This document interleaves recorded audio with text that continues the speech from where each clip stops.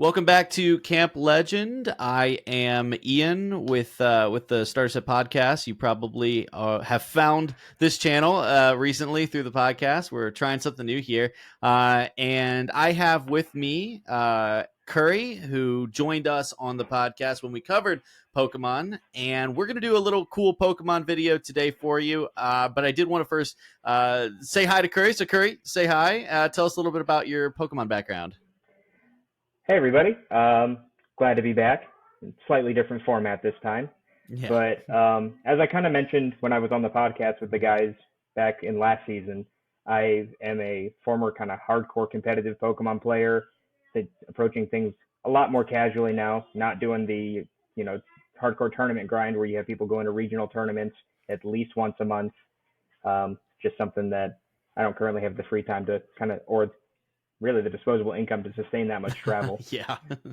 But still kind of playing the game when I can, trying to do things locally and playing a lot online and just having fun with it.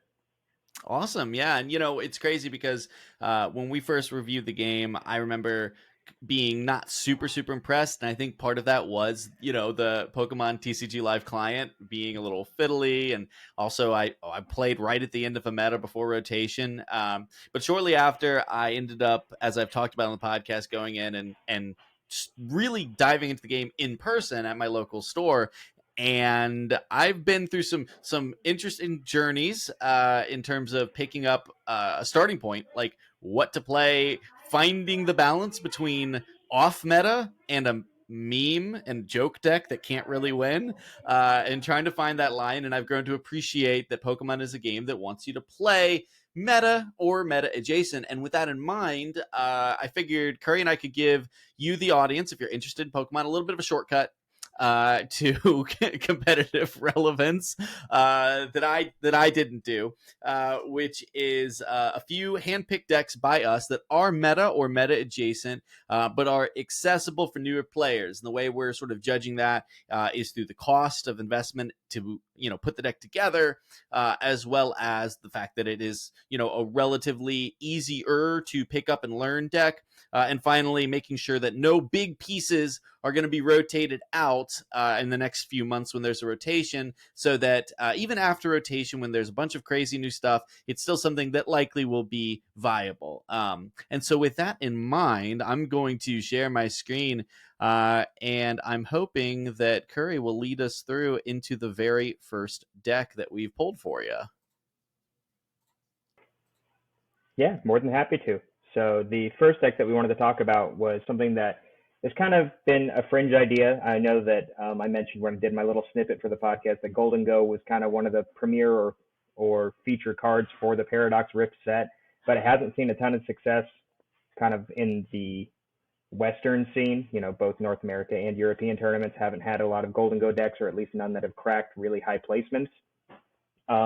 However, last weekend over in Kyoto, Japan, this Gholdengo deck featuring a little bit of a weird kind of water package as backup took, I believe, third place in a field, relatively large field, relatively standard meta share, and just kind of maybe hit the right matchups or had the right, draws to do what it needed to do to come out on top in a lot of those games.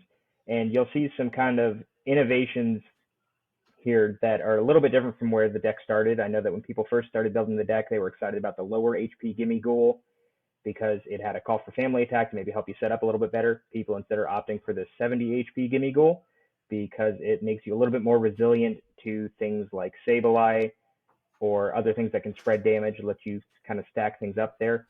But there are just some other really kind of interesting and somewhat unusual pairings with this deck, like the Palkia, that opens up some avenues to have an attacker that doesn't just force you to discard all the energy from your hand to do all of your damage. You kind of have a mid-range sort of beat stick type attacker.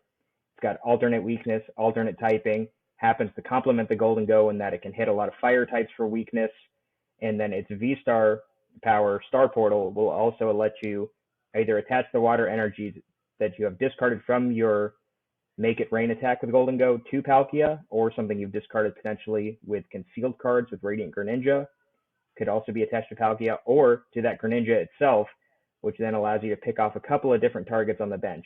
And I think that having, as a starting player, Greninja is probably going to be a meta staple. It has been a meta staple ever since it was printed and will undoubtedly continue to be so, in the fact that it is just such a versatile card. You don't even need to have it as an attacking threat, but when you can, it is really great.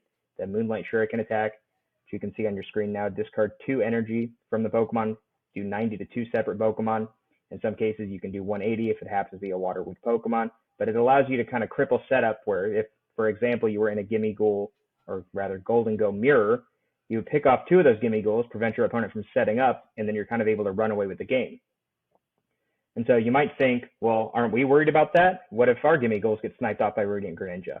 So with that in mind, this deck is, the deck pilot has seen fit to include the Manaphy here that has the, I know previous iterations have been called Bench Barrier. I actually can't remember what this one is. Water Veil, Wave Veil, rather. Yeah. So which, just stands to protect your bench from all damage.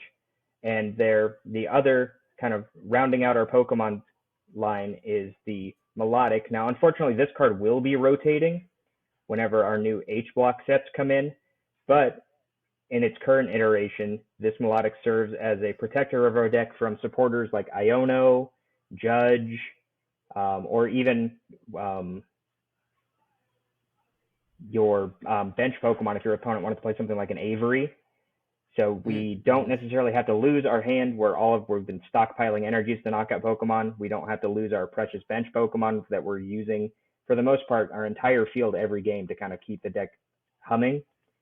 And then we move down to our supporter cards, or our entire trainer section, and you've got kind of your staple things like VIP Pass, which will be rotating. But actually today, there was a new trainer card that was revealed that will kind of fit in this deck and a lot of other evolving decks better than maybe some of the basic EX decks, that is called the Buddy Poffin. That just says you can search your deck for 2 basic Pokemon that have 70 HP or less and put them directly onto your bench. So it doesn't have the same limitation to Battle VIP Pass where you can only play it on turn 1, but instead it has the limitation where it can't necessarily grab some of the larger things in the deck like the Radiant Greninja or the Origin Form Palkia V. The other unfortunate kind of loss that we're going to hit in our trainer section here is the Cross Switcher, which serves as our both a switching effect and a gusting effect right now, where we could pick prime targets off of our opponent's bench, like either a weaker EX that we could get a nice 2-prize knockout on, or if our opponent chose to push up a 1-prize Pokemon and we wanted to elect to go for that 2-prize knockout, this Cross Switcher serves as a means of just kind of dragging that up when they don't necessarily want it active, while also not taking our supporter for the turn.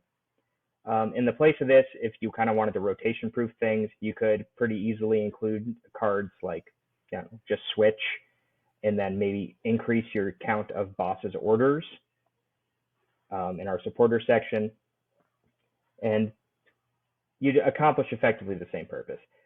If we continue down our item list, though, we've got a lot of means of either searching energy out of our deck or recovering energy from our discard pile to kind of fuel our Make It Rain attack. So we've got both the regular energy retrieval and the superior energy retrieval that allow us to recover either 2 in the case of regular energy retrieval or up to 4 basic energy from our discard pile. And for each of those energy with our Gholdengo, we're doing 50 damage. So being able to recover 100 or 200 damage off of a single card from our discard pile, it's a strong effect. It works very well. It's been very common. You can see it in other decks like Qianpao, where it accomplishes a very similar purpose. And then if we want to pull energy from our deck, we have the very powerful Earthen Vessel from Paradox Rift. That's just discard 1 card from your hand, search your deck for 2 basic energy, put them in your hand. And then the Letter of Encouragement is kind of a niche inclusion. If you wanted to, you could sub it out for another Earthen Vessel. But with Letter of Encouragement, if you had a Pokemon that was knocked out on your opponent's last turn, you get to search your deck for 3 basic energy. So you can see there's just a lot of item cards that let us kind of churn through our deck and not necessarily worry about what resources we're losing when something gets knocked out, or when we use our big attacks to discard all these energy. We have many ways to recover them, reload our hand, get everything set up so we can just kind of explode with damage and knock out whatever other opponent has active. Yeah, I mean, it's pretty simple and straightforward. You have a lot of search cards. You have a lot of kind of self-mill and utility. There are some cool combos that we're going to hope to feature with the deck, like being able to sometimes Pokestop twice in one turn to just mill through a ton of cards, where that Pokestop Stadium card is going to allow you to just discard the top 3 cards of your deck. But if they're item cards, they go back to your hand instead. And we combine that with the Worker Supporter that just says draw 3 and discard a Stadium that is in play. And then we could go from there and immediately play another Pokestop, mill another 3 cards, and all of a sudden we've gotten to see 9 cards, almost Ooh, I a like full that sixth combo. of our deck in one turn. And you can grab those powerful item cards like the Cross Switcher, like the Superior Energy Retrieval, and it just makes it very easy to keep that stream of energy flowing. But I I think think that really this sums up is the deck. Yeah, I It's a think this lot of is a fun to play. fantastic option for new players, right? Like this is a pretty cool deck, but one that has it seems a pretty clear cut like play pattern, right? You're Right. thinning for the energies, you're using those energies to activate, your Radiant Greninja to keep drawing, and then you're just evolving Goldengos as much as possible, and you have a little bit of a backup plan in Palkia. I think this is a really, really slick list. And the really nice thing about it is a lot of these cards are very easy to come by. Gholdengo at present, because it's not a very big popular meta share deck, is relatively cheap even for an EX card. I know that the Origin Form Palkia has its own League Battle deck that I believe you can still buy retail.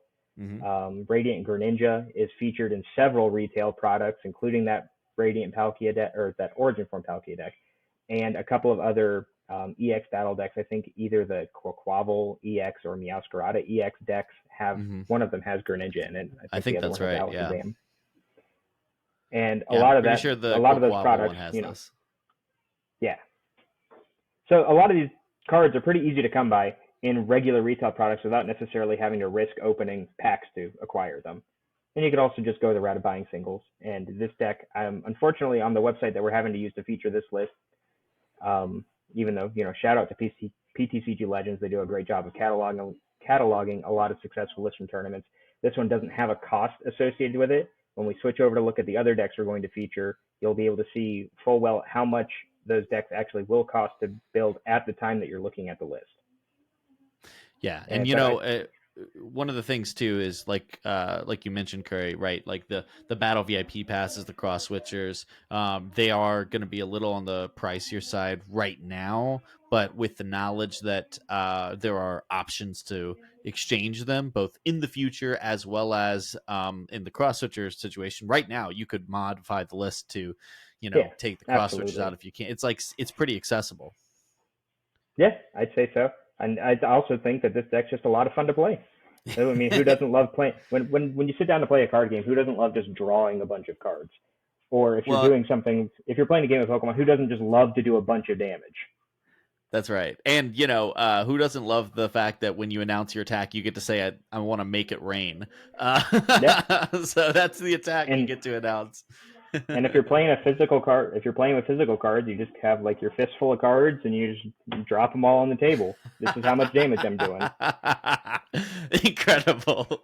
I love this list. I'm certainly having to resist my temptations to drop my own gold on getting this Golden Noodle Man. Getting a few copies for myself. We'll see. I might not be able to resist. Let's switch over to one of the decks I picked out.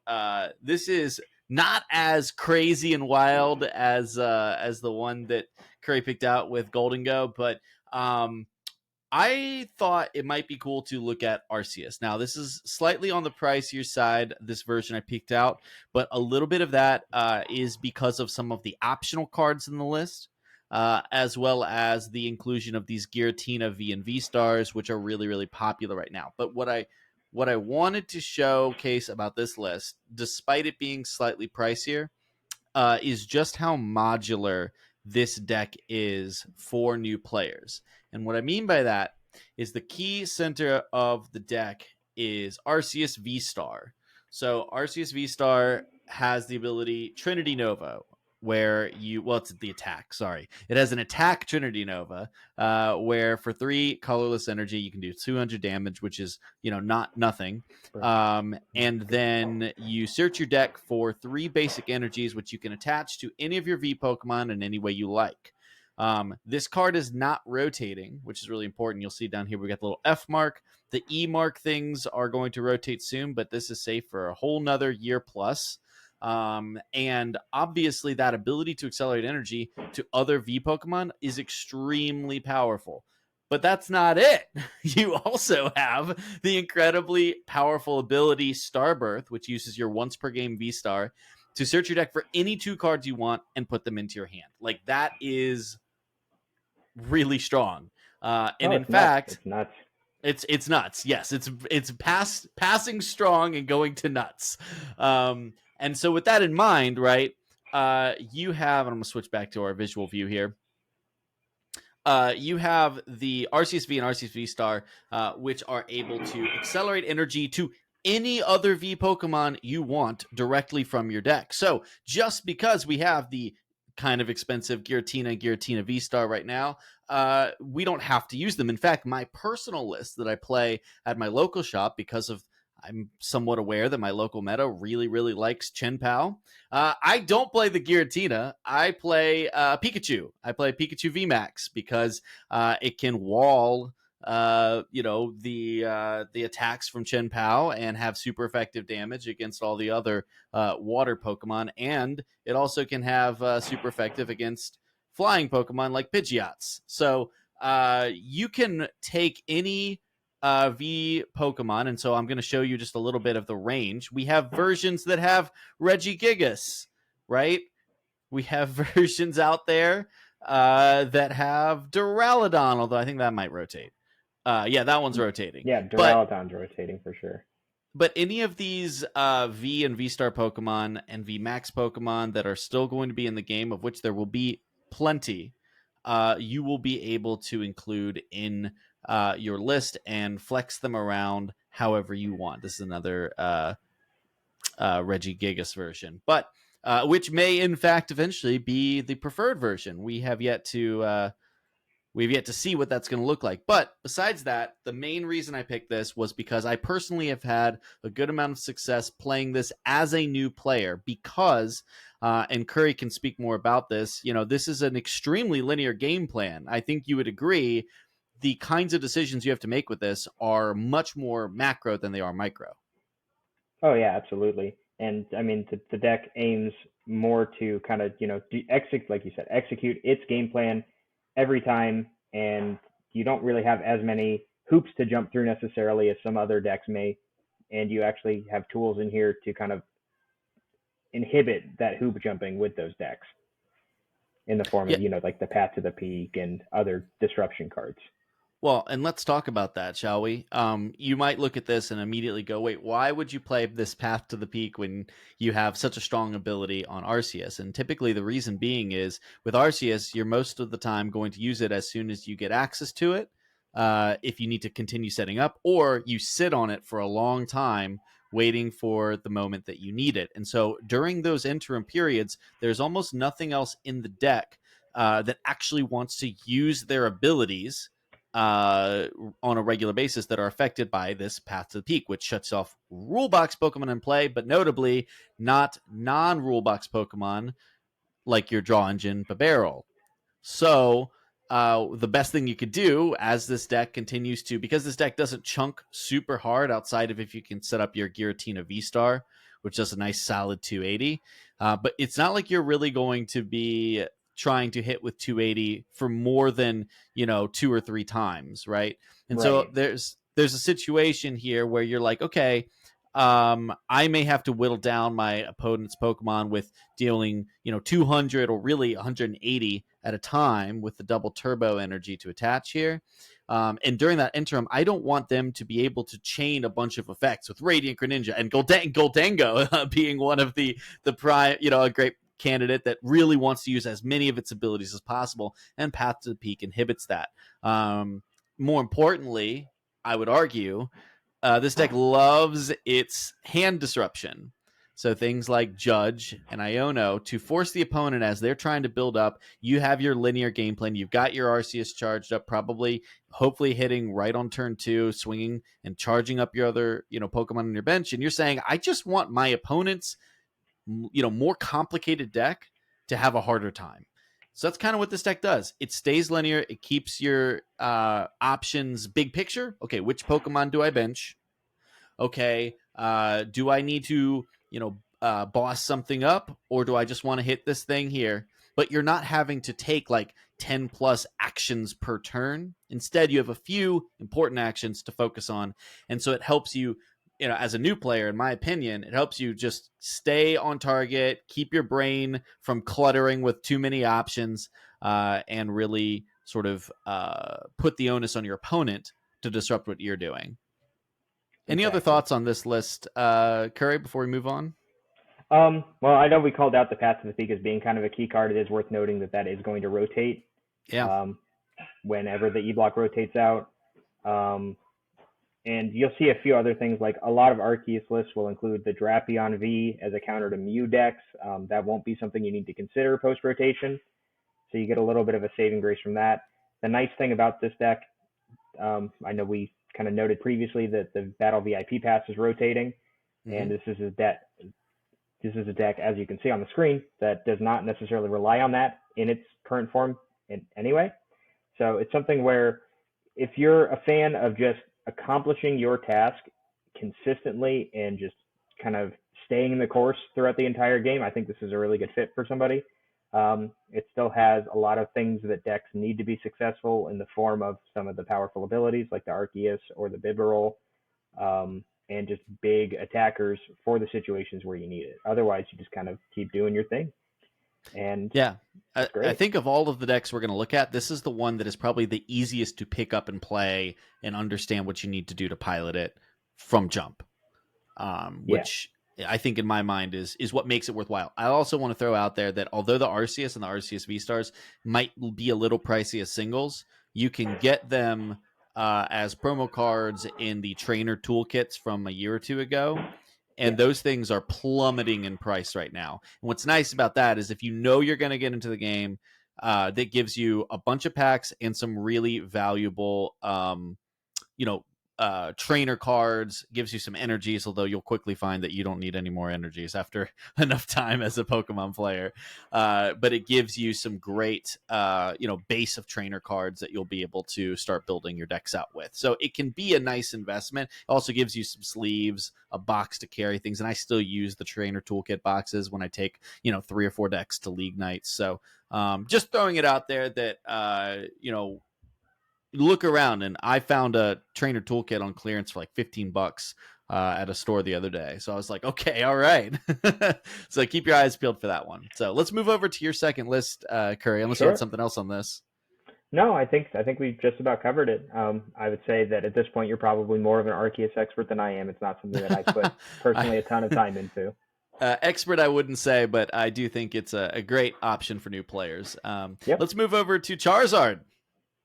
Tell me about Charizard.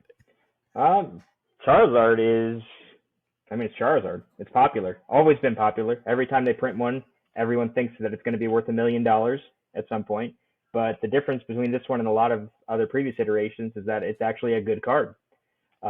We've seen just last weekend, Azul Garcia Griego won the San Antonio Regional with Charizard. I mean, it has energy acceleration and a big one-hit KO attack all kind of baked into one 330 HP monster.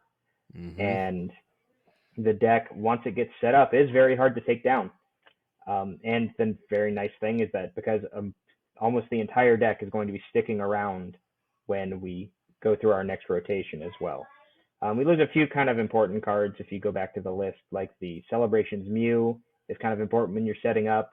We've already mentioned with the Gholdengo list that the Battle VIP pass and this will be able to very cleanly be subbed out for the Buddy Poffin. Level Ball is going to be rotating, but I think that won't be as big of a deal. And it kind of will just be kind of meta dependent on whether or not you want to have more search cards in your deck.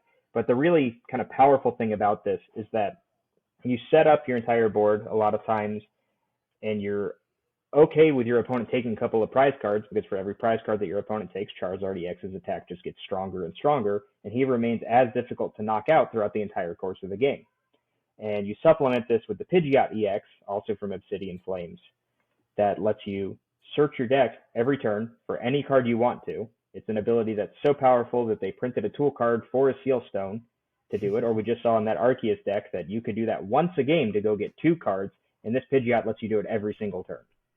It is on a stage 2, so it's a little bit clunkier to set up, or a little bit more difficult to set up, but Pidgeot is just as hard to knock out as Arceus is, and it has free retreat to boot, so you get a pivot anytime you have something that gets knocked out. And so you combine this with this, again, you kind of sit back, use your Celebrations Mew, let things just kind of unfold for your opponent while you set up what just turns into a snowball as the game goes on longer and longer. And we kind of get our setup rolling with supporter cards like Arven to search your deck for an item card and a tool card. And typically in the early game, if you're really dry up on your setup, you're going to go find that Forest Seal Stone to give yourself another quick search ability when you need it, because otherwise we don't have a V-Star power in the deck. And then later in the game, we have a couple of other tool cards like Vitality Band, lets you do 10 extra damage with your attack, and kind of reach for just a knockout where sometimes the numbers with Charizard can be a little bit iffy, or if your opponent has only taken 1 prize card, your Charizard's doing 210 damage, and that's not enough to knock out a lot of, basic EXs or basic V Pokemon. And so that Vitality Band bridges that gap, lets us get that knockout.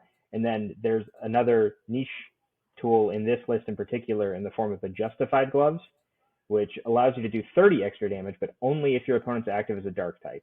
And the only 2 matchups that this is relevant at all in are the Charizard Mirror match, where you cannot knock out your opponent's Charizard EX in 1 hit unless they have taken 5 prize cards. So this lets us leapfrog that and accomplish it when they've only taken 4 prize cards. Because a lot of times in that Charizard mirror, you'll see people being very careful not to end up on odd prize cards so they don't open a window for that Charizard opponent to be able to knock out their Charizard in 1 hit.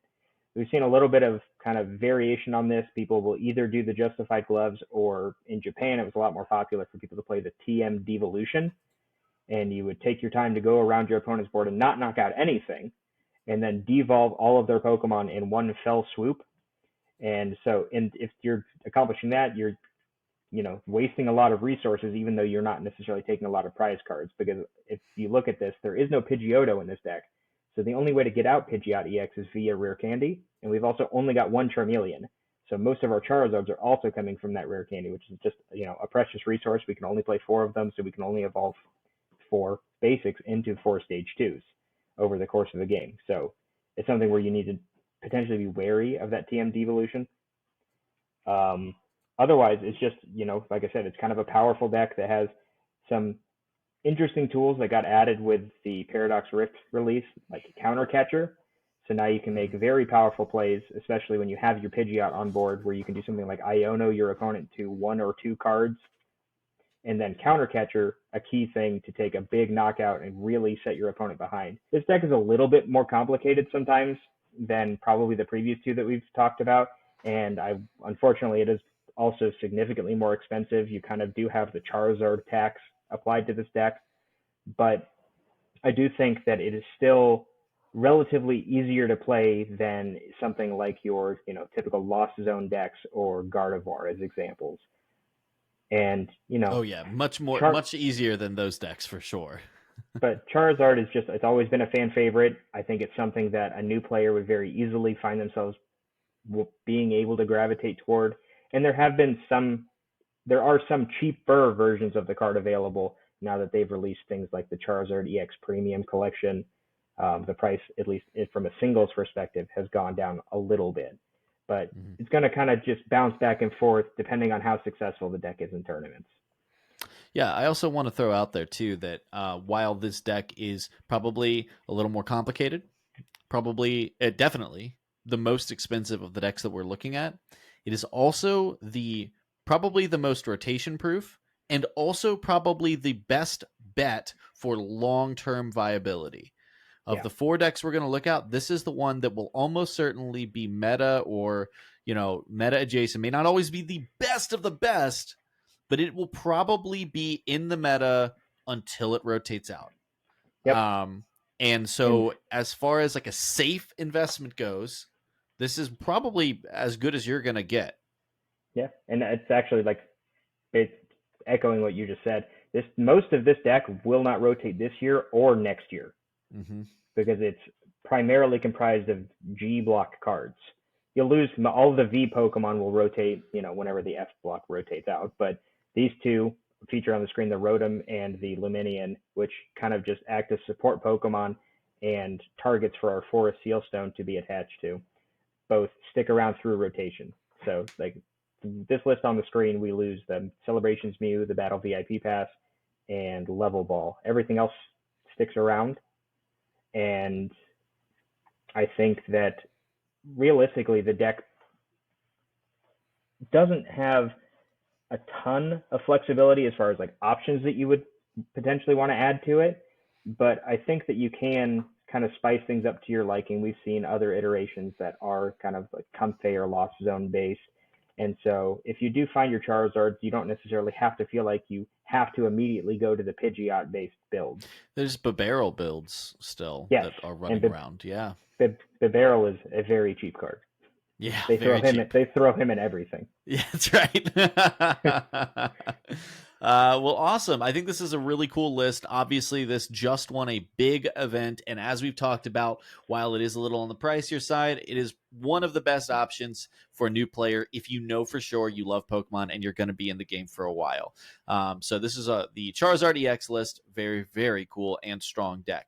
I want to quickly move over to the final deck. This is one of the ones I've picked. And unlike Arceus, which I've played a good amount of, this is one that I'm currently building and excited to be trying out and piloting. But it's one that has seen some play. A couple streamers have been trying this out, and that is because it placed second at that same Kyoto event in Japan. And it is utilizing a I say brand new, as of a month or two ago, a few months ago, the Roaring Moon EX. One of the I guess this is a pretty divisive card in many ways, in that it had a lot of hype coming out, and then it struggled to find its way, in the first month or two, but now is getting a resurgence, right? As people are figuring out the best way to make use of what is admittedly a pretty crazy attack, which is its frenzied gouging ability that lets you knock out your opponent's active Pokemon. Hit points be damned. You don't need to do that dumb math. Math sucks. It's better when you knock out your opponent just for free. And then if you do knock them out, you hurt yourself. You put yourself down to 30 HP. Okay, but who cares? You just knocked them out. It's like not that big of a deal.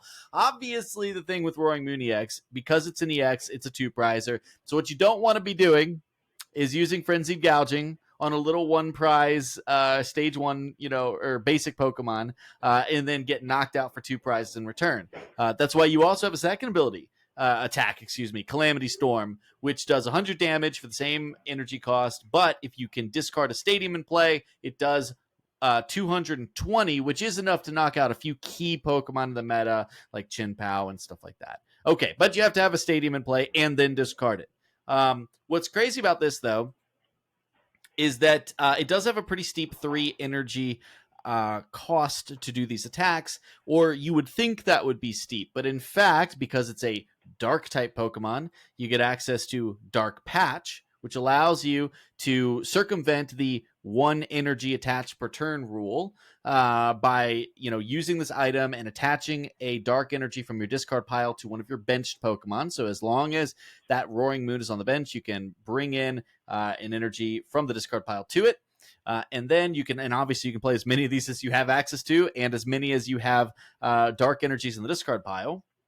And then you also get to use an probably pretty nutty card in Professor Sada's Vitality. This synergizes with the Ancient tag that you see on Professor Sada's, which is shared by Roaring Moon. What that lets you do is choose 2 of your ancient Pokemon. So you can choose 2 of your Roaring Moons if you'd like. And then you get to attach a basic energy card from your discard pile to each of them and then draw 3 cards. It's so much value, assuming you're playing ancient cards like Roaring Moon. So, okay, if you're doing the math between a normal attached return, a Sada's Vitality, and at least 1 Dark Patch, you are very easily able to fully charge it up in a single turn and then make your attack. Um, and so the way that you're doing this, obviously, and the challenge is getting dark energy in the discard pile and funneling through your deck fast enough to get these cards in your hand and use them. So this deck, which I think is a pretty unique spin on it, there are plenty of other versions of Roaring Moon, which I'll quickly throw out. I think there might even be a better version of Roaring Moon for more experienced players. But for new players, you have a very simple task. You're trying to draw through as much of your deck as humanly possible, play the cards, and then dump your hand and do it again with things like Squawk Ability, which on your first turn, you could discard your hand to draw 6 cards. But obviously, first you're going to play all those cards and then discard your lack of a hand to draw 6 more cards, like you're starting the game over. In the process, of course, you're able to dump a bunch of items in the discard pile. You can also do that with things like Pokestop, which I think we saw in the Gholdengo list, if I'm Right. remembering correctly. Yep. This allows you to turn 3 cards out of your deck, and if you discard any items, they go into your hand, which is great because there's mostly items in this deck. Right. It's almost all items outside of the Pokemon counts. And so you've got Battle VIP passes, Dark Patch, Cross Switchers, Tracking Shoes, Cross Sievers, Ultra Balls, Earthen Vessels, all these things go in the discard pile, you get them back, you play them, you use them, it's fun.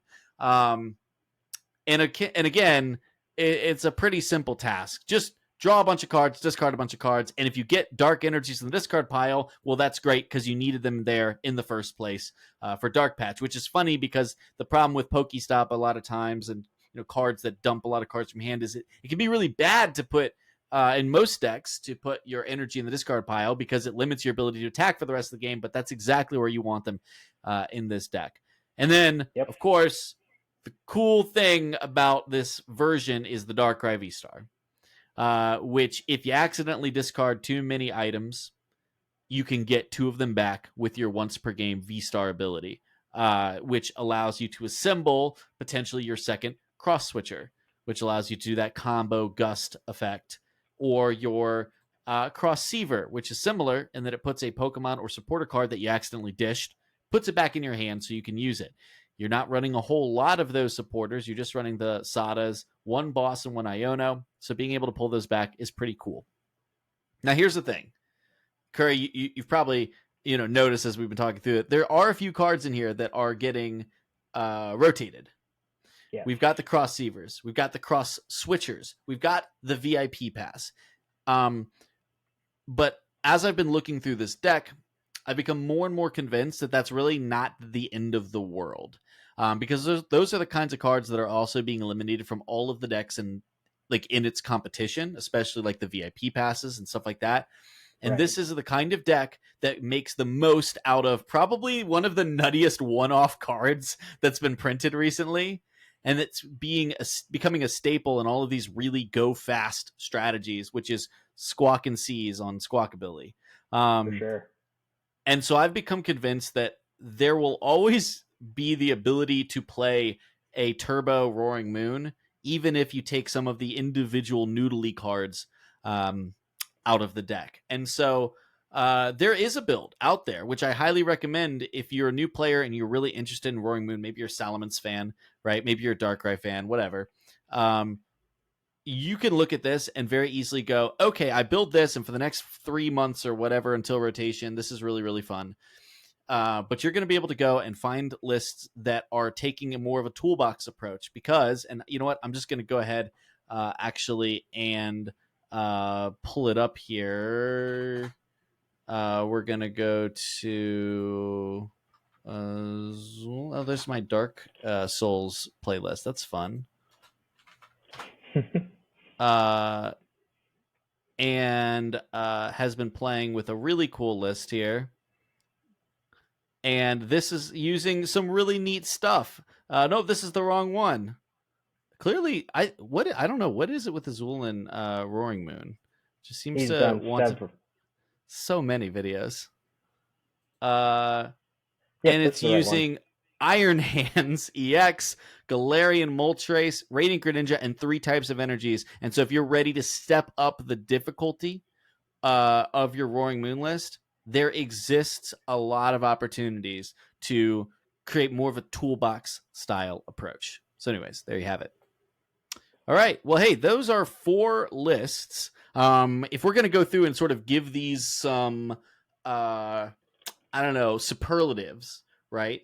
I think if we were to jump back to Charizard, right, we would probably say this is the most best long-term investment for a new Yeah. player. Wouldn't you? Oh, Wouldn't you for sure. say? For sure. Absolutely. And I also think, I mean, honestly, of the four of them, I think right now it is the strongest of the four decks too. Oh, undeniably, I would say. Now, if we were to go over here and look at Arceus, I'm curious what you would think for this. What your superlative you give it? I think I would give it easiest to play. Yep. Absolutely. Absolutely. I think it's the most straightforward. You don't have as many sequencing choices to make on a given turn, so it has the highest, highest chance of being successful or the lowest chance of error. Mm-hmm. That makes a ton of sense to me. I think looking at Roaring Moon, I think maybe like the appealing thing about it is how fast it is. Yep. And it is a linear game plan, but it still has the cool factor, right? Oh, absolutely. You get to play. I mean, I've never seen Crossfever in a deck before, so Yeah. doing that is really cool. And the like Professor Sada's Vitality is just an absolutely absurd card. Oh yeah, definitely. I mean, being able to accelerate, and you get Dark Patch too, so it gets to accelerate all the energies. And Yeah. I think that being able to, the one thing that you do need to be mindful of with Roaring Moon in particular is you can actually inadvertently shut off your Sada's Vitality if you're not sequencing your cards correctly and you play Dark Mhm. Patch, but you were counting on drawing the cards from the Sada's Vitality. So you just need to kind of keep in mind how many dark energies do I have in my discard pile.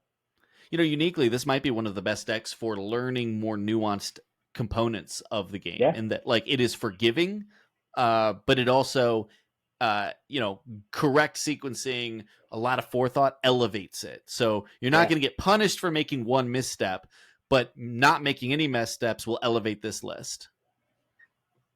And if we look over here at Gholdengo, I think it's fair to say most fun list. Oh, yeah. But I don't know. What do you think here? Like, what makes this? What superlative would you award Gholdengo for new players? Um, I think I would call this the most unique of the three decks Mm, because I think you are more likely if you show up at a local store or a regional tournament to run into the other three or some variation of the other three than you are to sit down and play a Gholdengo mirror. that's a great point because I don't know about you, but I'm not one of those nerds that likes mirrors. I hate playing mirror matches so much. And there's some I've heard some nerds out there at my league challenges and league cups unironically say, "Oh, I love playing mirror matches." And I'm like, "You are sick and disturbed." I think there are some that are interesting, but like the Charizard mirror in particular is Yeah. I think it's one of the most mind numbing games you can ever play. Mm-hmm. Roaring Moon mirrors are not much better. Mm-mm. And then actually, I No. would say Arceus mirrors are not great. Yeah, But they're just slow and clunky. It's literally just, whereas I think like a Roaring Moon Mirror is like, two heavyweights going at it, and one of them's going to knock the other one out, and then that's just going to be it. It's not going to be a very hmm fun match. The other one is, I don't know, it's like two boxers that don't want to fight each other, just sort of circling around and throwing in little punches at each other. and Yeah, then I don't know. one of them just kind of falls over. Eventually, one of them falls over from taking enough 180 damage chunks. All right. Well, But anyways, cool. those are our four lists that the two of us recommend to new players if you're just getting into Pokemon. I do think, despite rotation coming up soon, I do think it's a really cool time to get involved with the game. You're going to have some big tournaments coming up for you to be able to watch and learn from, as well as Worlds is going to be in the summer, I believe. So it's Yep. just going to be a really exciting time to jump into the game. And these are four decks that we think new players can get a lot out of without embarrassing themselves like I did. So thank you for watching. We'll see you on the next one.